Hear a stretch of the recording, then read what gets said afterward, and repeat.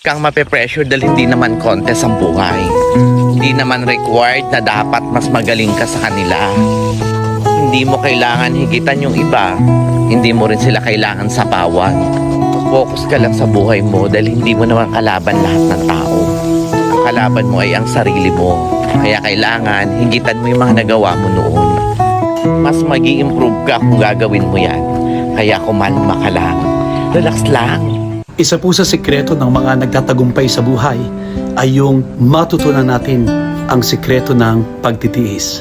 The fruit of the Spirit is patience.